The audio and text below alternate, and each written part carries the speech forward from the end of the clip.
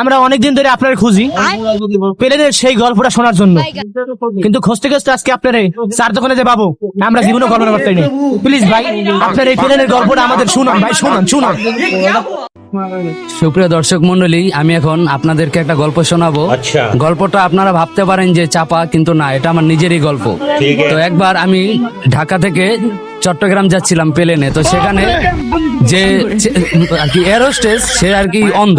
তো ওই প্লেনের একটা রুলস ছিল, সবাই আর কি টাক মাথা যাইতে হবে, টাক মাথা ছাড়া যারা আছে তারা নট এলাও।